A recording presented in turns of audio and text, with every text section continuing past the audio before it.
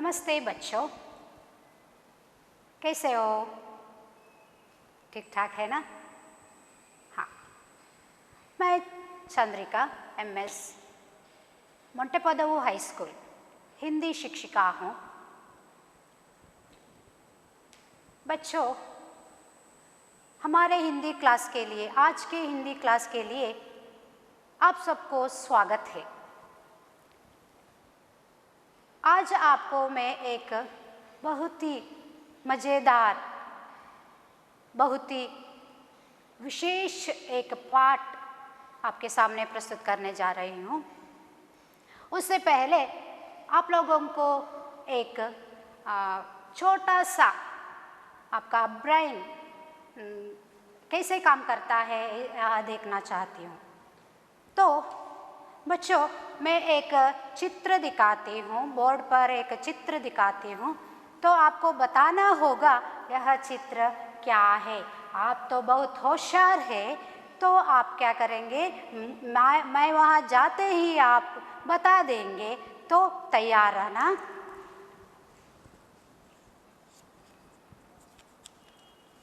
आपको दिख रहा है बच्चों? आपको ये चित्र दिख रहा है बच्चों? दिख रहा है? ठीक है, हाँ हाँ, ठीक है ठीक है ठीक है, हाँ ठीक है, दिख रहा है ना? यस, हाँ ठीक है, सच है, okay, very good very good. हाँ, ये है कर्नाटक। ये हमारा कर्नाटक क्या है? हाँ, हमारा राज्य है। बहुत अच्छा। यह सुनकर मुझे बहुत अच्छा लगा कि मैं यहाँ दिखाते ही आप लोगों ने पहचान लिया, तो आपको हमारे राज्य पर कितना गर्व होगा, है ना? तो मैं भी आज खुश हूँ कि हमारे राज्य के बारे में मैं भी बहुत गर्व महसूस करती हूँ। आप लोग भी बहुत गर्व महसूस करते होंगे ना? ठीक है बच्चों, आज का पाठ इसी महान कर्नाटक के ऊपर है। 10वीं कक्षा के 15वीं पाठ, कर्नाटक संपदा। पाठ का नाम क्या है? कर्नाटक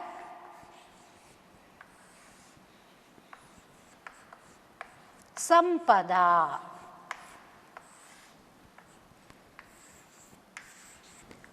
कर्नाटक, कर्नाटक तो हमारा राज्य है, ये तो हमें पता है। संपदा का मतलब क्या है?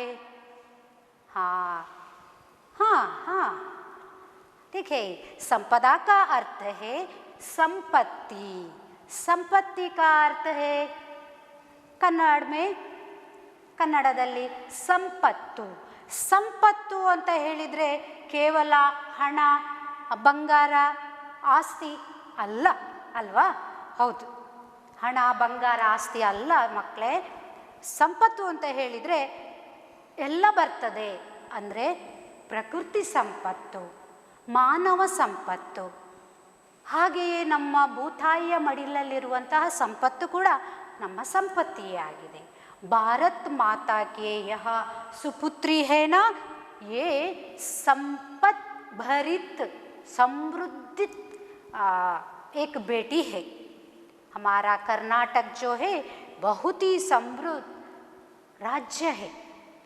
तो इसके बारे में कितना भी हम कहे यह कम है, लेकिन थोड़ा सा इस राज्य के बारे में हम इस पाठ द्वारा क्या करेंगे, जानकारी पाएंगे। ठीक है, आप अभी बच्चे छोटे हैं, जब हमारे जैसे बड़े हो जाएंगे तब आप लोग इधर उधर कहीं घूमेंगे तो कर्नाटक के सारे चित्रण आपके सामने आ जाएगा।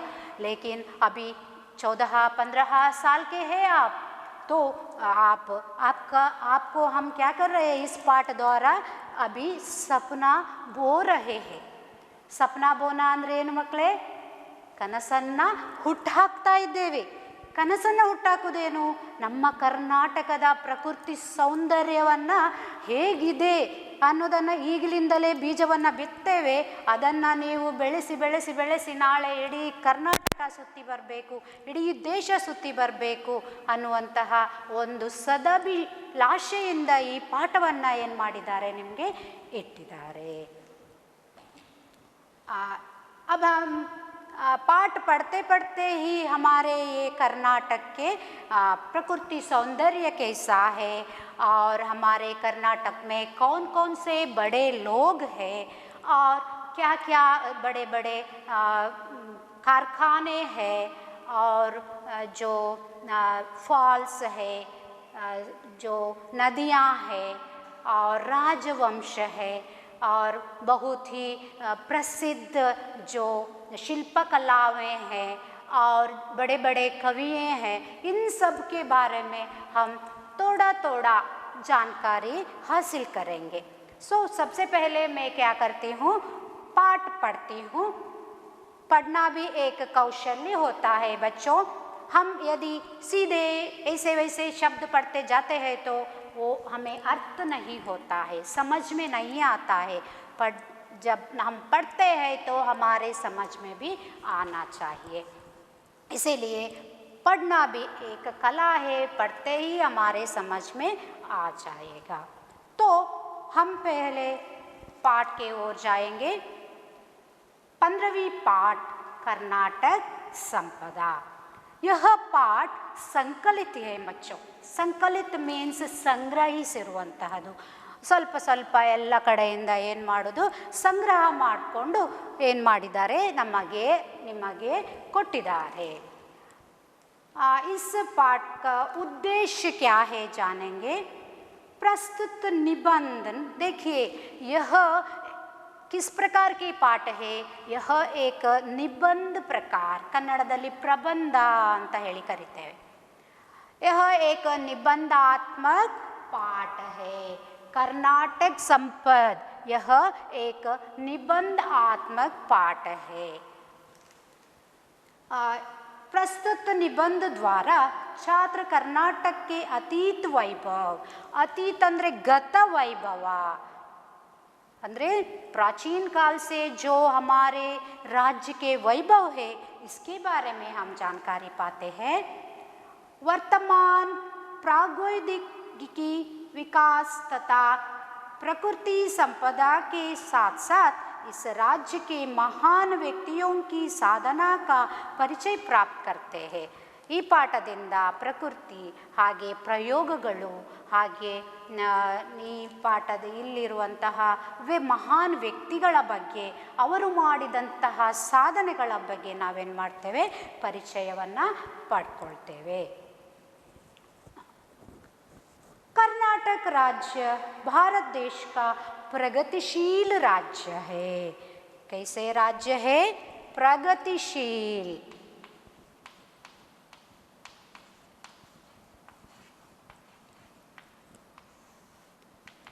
बच्चों, प्रगतिशील का अर्थ आपको पता है. प्रगतिशील यानी अभी प्रगति हो रहा है, होके ख़त्म नहीं हुआ. ये हमारा राज्य अभी प्रगति हो रहा है. ನಿಜವಾಗಿ ನೋಡಬೇಕಂದ್ರೆ ನಮ್ಮ ದೇಶದಲ್ಲಿ 4 ಮೆಟ್ರೋಪಾಲಿಟನ್ ಸಿಟಿಗಳಿದ್ದಾವೆ ಮಕ್ಕಳೇ. ಆ 4 ಮೆಟ್ರೋಪಾಲಿಟನ್ ಸಿಟಿಗಳಲ್ಲಿ ನಮ್ಮ ಕರ್ನಾಟಕ ಸೇರ್ಕೊಳ್ಳುವಂತಹ ಪ್ರಯತ್ನ ಮಾಡ್ತಾ ಇದೆ. ನಿಮಗೆ ಗೊತ್ತಿದೆಯಾ ಆ 4 ಮೆಟ್ರೋಪಾಲಿಟನ್ ಸಿಟಿಗಳು ಯಾವ್ಯಾವುದು ಅಂತ ಹೇಳಿ?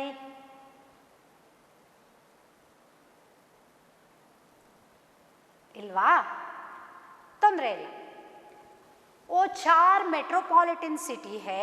पहला दिल्ली, मुंबई, कलकत्ता और चेन्नई. ये 4 हमारे देश के मेट्रोपॉलिटन सिटीज़. ಬೆಂಗಳೂರು ಅಥವಾ ನಮ್ಮ ದೇಶ ಕೂಡ, ನಮ್ಮ ರಾಜ್ಯ ಕೂಡ ಮೆಟ್ರೋಪಾಲಿಟನ್ ಸಿಟಿಗೆ ಸೇರುವಂತಹ ಪ್ರಯತ್ನದಲ್ಲಿ ಇನ್ನೇನು ಒಂದು ಹೆಜ್ಜೆ ಇರ್ಬೋದಷ್ಟೇ. ಅದಕ್ಕಾಗಿ ನಮಗೆ ಪಾಠದಲ್ಲಿ इसीलिए हमारे इस पाठ में बताया गया है कर्नाटक ಪ್ರಗತಿಶೀಲ ರಾಜ್ಯ है ಅಂದರೆ ಪ್ರಗತಿಯನ್ನು ಹೊಂದುತ್ತಿರುವಂತಹ ರಾಜ್ಯ.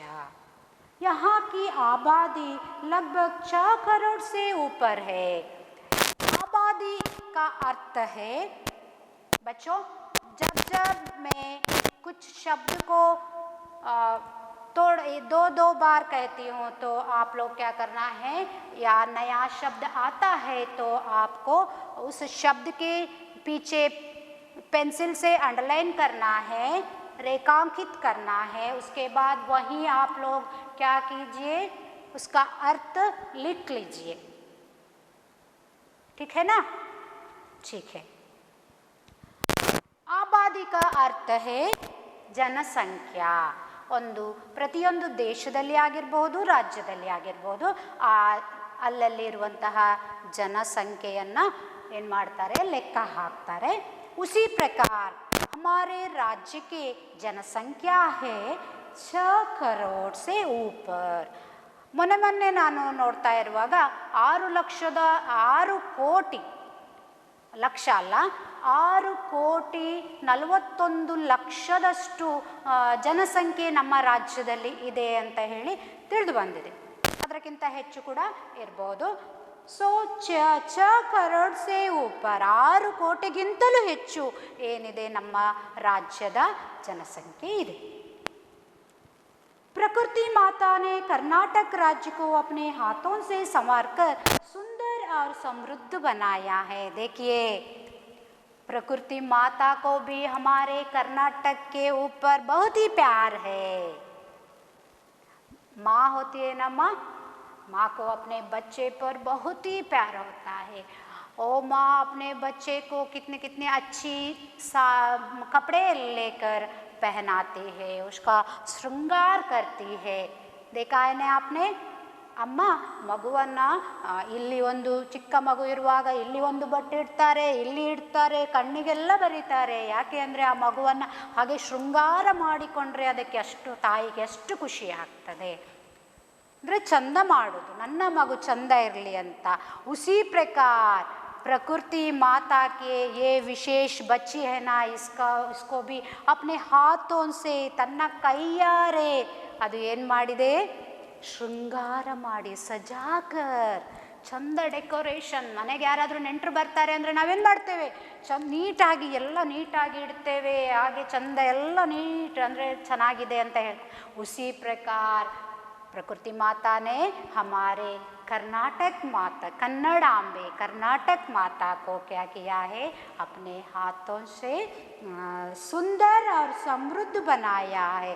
ಸುಂದರವನ್ನೂ ಮಾಡಿದೆ, ಹಾಗೆ ಸಮೃದ್ಧ ಅಂದರೆ ಸಂಪತ್ತು ಭರಿತವಾಗಿಯೂ ಕೂಡ ಆ ಮಾತೆ ಏನು ಮಾಡಿದ್ದಾಳೆ, ಮಾಡಿ ಇಟ್ಟುಬಿಟ್ಟಿದ್ದಾಳೆ. ಅದನ್ನು ಅನುಭವಿಸೋದು ಮಾತ್ರ ಈಗ ನಮ್ಮ ಕಾಪಾಡಿಕೊಳ್ಬೇಕು. ಅದರ ಜೊತೆಗೆ ನಾವೇನು ಮಾಡಬೇಕು, ಖುಷಿಯಿಂದ ಅದನ್ನು ಅನುಭವಿಸಬೇಕು. ಅಷ್ಟು ಚಂದ ಮಾಡಿ ನಮ್ಮ ಕರ್ನಾಟಕವನ್ನು ಇಟ್ಟಿದ್ದಾರೆ. कर्नाटक की प्राकृतिक सूक्ष्म नयन मनोहर है. ಕರ್ನಾಟಕದ ಪ್ರಕೃತಿ, ಪ್ರಾಕೃತಿಕ್ ಅಂದರೆ ಪ್ರಕೃತಿ, ಸೂಕ್ಷ್ಮ ನಯನ ಮನೋಹರ್. ಸೂಕ್ಷ್ಮ ಅಂದರೆ ಅತ್ಯಧಿಕ್, ಅತ್ಯಧಿಕ್ ಮೀನ್ಸ್ ತುಂಬ ತುಂಬ. ನಯನ ಮೀನ್ಸ್ ಕಣ್ಣು, ಆಂಖೆ. मनोहर ಅಂದರೆ मन को हरने वाला. सो बच्चों, आप लिख रहे हैं ना, सूक्ष्म का अर्थ, मनोहर का अर्थ लिख रहे हैं ना. मैं हिंदी में भी बोल रही हूँ और कन्नड़ में भी बोल रही हूँ. तो कर्नाटक संपदा, अब कर्नाटक के बारे में बातें कर रहे हैं तो कन्नड़ में हमें बोलना ही पड़ेगा. इसलिए आप हिंदी में भी लिख लीजिए उसका अर्थ, और किस में लिख लीजिए, कन्नड़ में भी लिख लीजिए. सो कर्नाटक की प्रकृति ಕಣ್ಣಿಗೆ ಮತ್ತು ಮನಸ್ಸಿಗೆ ಅತ್ಯಧಿಕ ಖುಷಿಯನ್ನು ಕೊಡುವಂತಹ ಪ್ರಕೃತಿ ಸೌಂದರ್ಯವನ್ನು ಈ ಕರ್ನಾಟಕ ಏನು ಮಾಡಿದೆ, ಹೊಂದಿದೆ. पश्चिम में विशाल अरबी समुद्र लहराता है. ಪಶ್ಚಿಮದಲ್ಲಿ ವಿಶಾಲವಾದ ಅರಬ್ಬಿ ಸಮುದ್ರ ಇದೆ ಮಕ್ಕಳೇ. ಪಶ್ಚಿಮ ಅಂತ ಹೇಳಿದರೆ ನಮ್ಮ ಕರ್ನಾಟಕದ ಈ ಭಾಗ ಬರ್ತದೆ. ಕಾಣ್ತದೆ ಅಲ್ಲ ಮಕ್ಕಳೇ?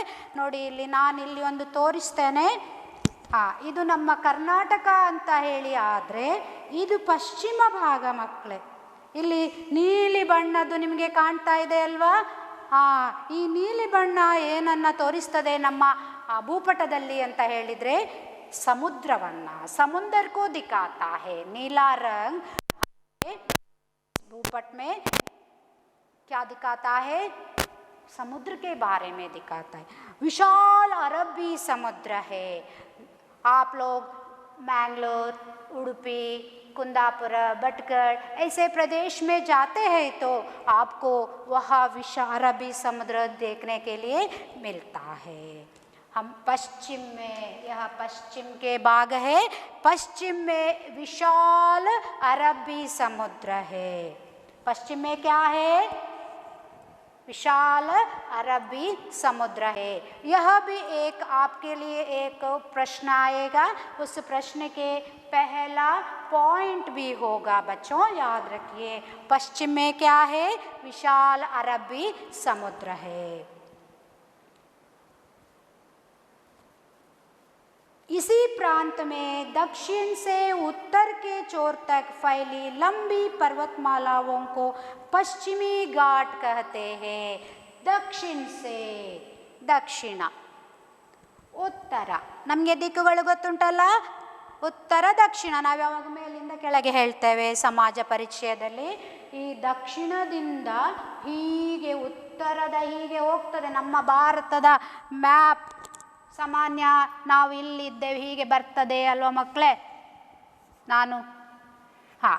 सो भारत के जो भूपट में इस यहाँ पर हमारे जो राज्य है,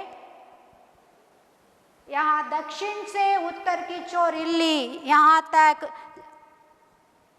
ಸುಮಾರಾಗಿ ಗುಜರಾತಿನವರೆಗೂ ಕೂಡ ಅದು ಏನಾಗ್ತದೆ ಹಬ್ಬಿದೆ. ಫೈಲಿ ಲಂಬಿ ಪರ್ವತಮಾಲಾಯೆ, ದಕ್ಷಿಣದಿಂದ ಉತ್ತರದವರೆಗೆ ಹಬ್ಬಿರುವಂತಹ ಲಂಬಿ ಪರ್ವತಮಾಲಾಯೆ, ಉದ್ದವಾದಂತಹ ಪರ್ವತಮಾಲಾ ಇದೆ. ಉಸ್ಕೋ ಹಮ್ ಪಶ್ಚಿಮಿ ಘಾಟ್ ಕಹತೆ ಹೈ. दक्षिण से उत्तर तक जो फैली लंबी पर्वतमाला को हम क्या कहते हैं? ಪಶ್ಚಿಮಿ ಘಾಟ್ कहते हैं. ಪಶ್ಚಿಮ ಘಟ್ಟಗಳು ಅಂತ ಹೇಳಿ ಕನ್ನಡದಲ್ಲಿ ಹೇಳ್ತೇವೆ. यह दूसरा पॉइंट होगा आपके लिए.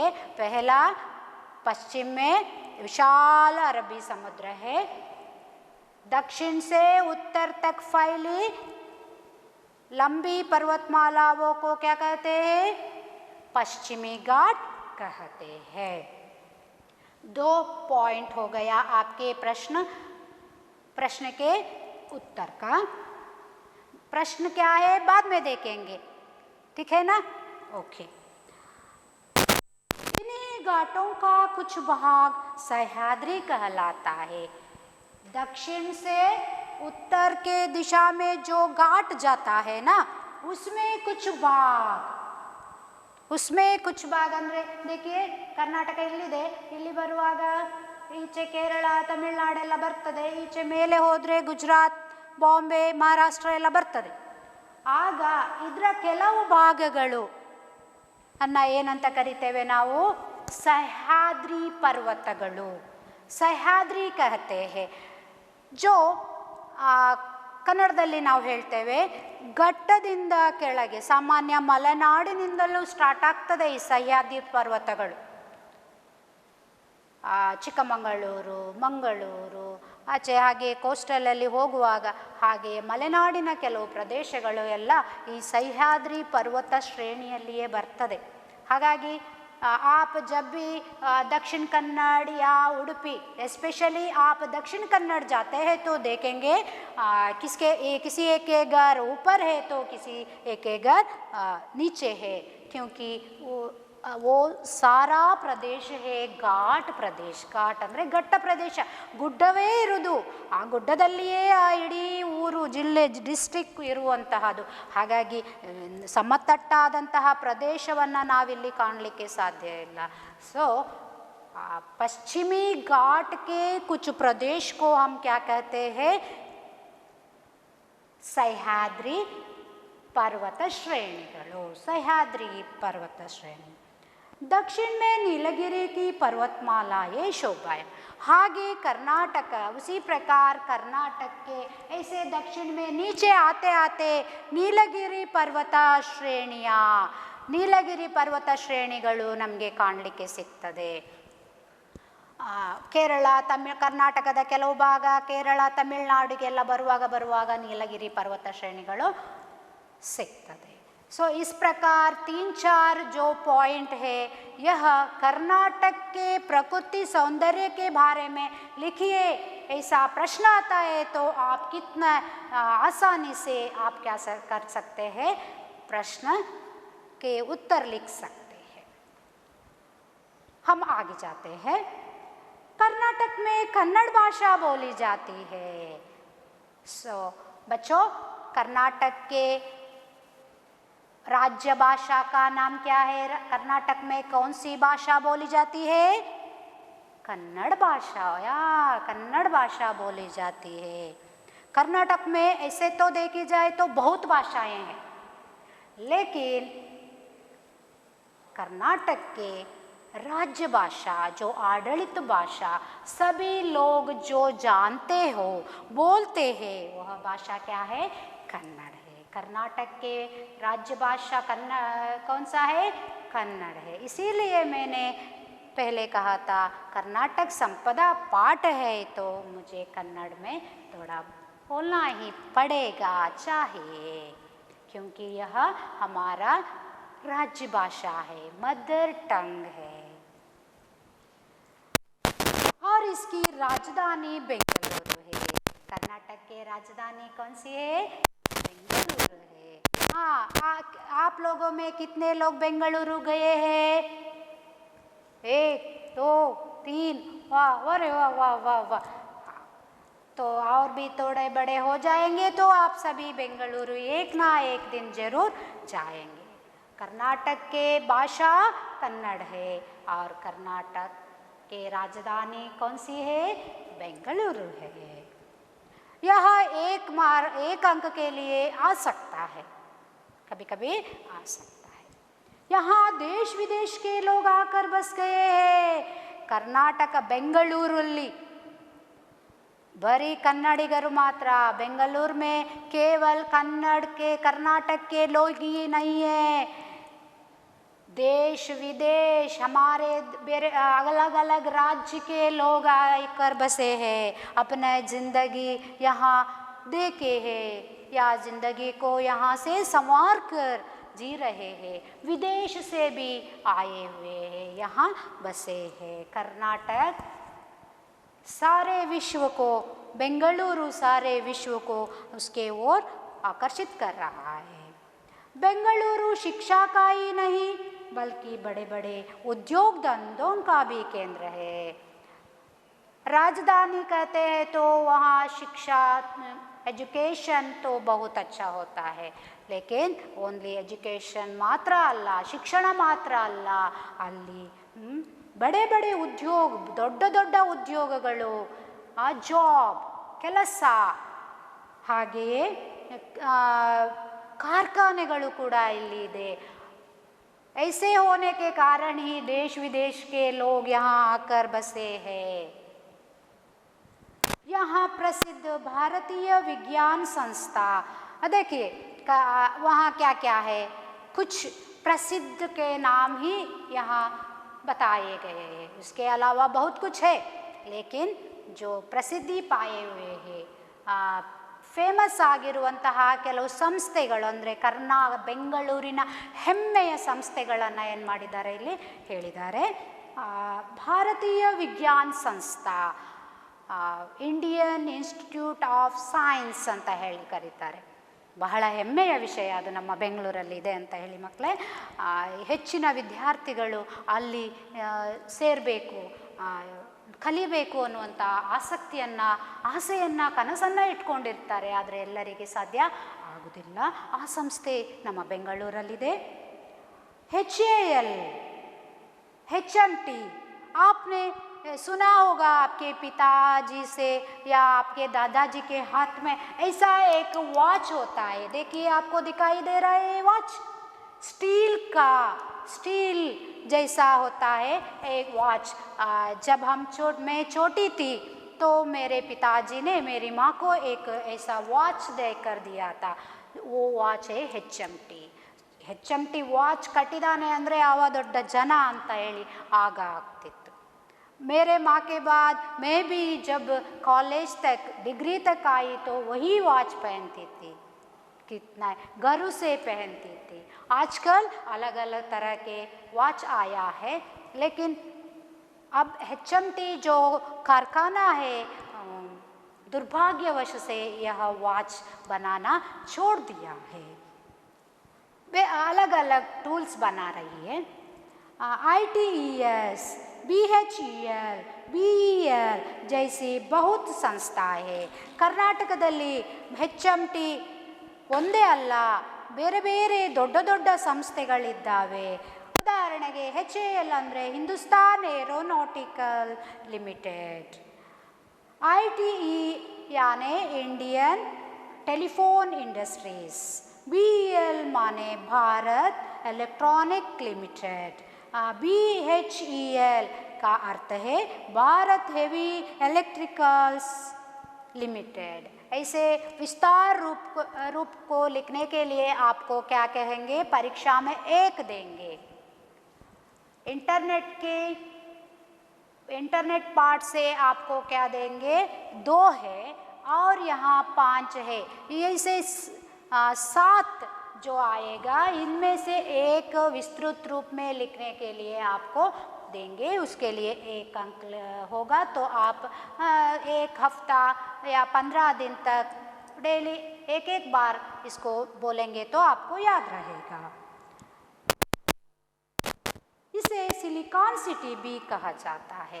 इसीलिए हमारे बेंगलुरु को सिलिकॉन सिटी के नाम से भी पुकारा जाता है. सिलिकॉन सिटी का अर्थ क्या है? सिलिकॉन सिटी ಅಂದರೆ ಬೆಂಗಳೂರಲ್ಲಿ ಈ ಸಾಫ್ಟ್ವೇರ್ ಫೀಲ್ಡ್ ಅಂತ ಹೇಳ್ತೇವೆ. ಸಾಫ್ಟ್ವೇರ್ ಫೀಲ್ಡ್, ಮಾಹಿತಿ ತಂತ್ರಜ್ಞಾನ ಫೀಲ್ಡ್, ಅದು ಬೆಂಗಳೂರಿನಲ್ಲಿ ಅತ್ಯಧಿಕ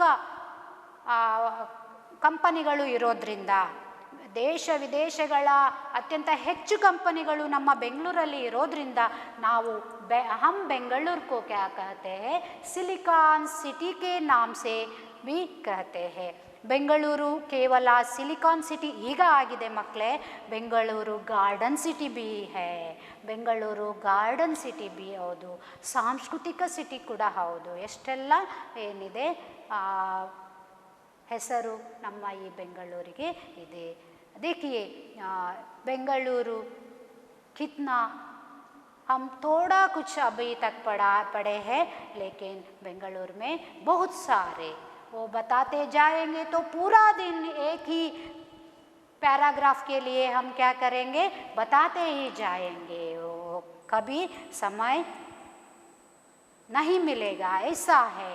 इसीलिए बच्चों आज हमने क्या किया, कर्नाटक के जो प्रकृति सौंदर्य के बारे में हमने पढ़ा है, और उसके बाद कर्नाटक में कौन कौन से जो प्रसिद्ध संस्थाएं हैं, एजुकेशन संस्थाएं, उसके बाद वर्ल्ड फेमस ಸಂಸ್ಥೆಗಳು ಯಾವ್ಯಾವುದಿದೆ ಅನ್ನೋದನ್ನು ಕೂಡ ನಾವೇನು ಮಾಡಿದ್ದೇವೆ ಇವತ್ತು ಕರ್ನಾಟಕ ಸಂಪದಾ ಪಾಠದ ಮೂಲಕ ಕಲ್ತಿದ್ದೇವೆ.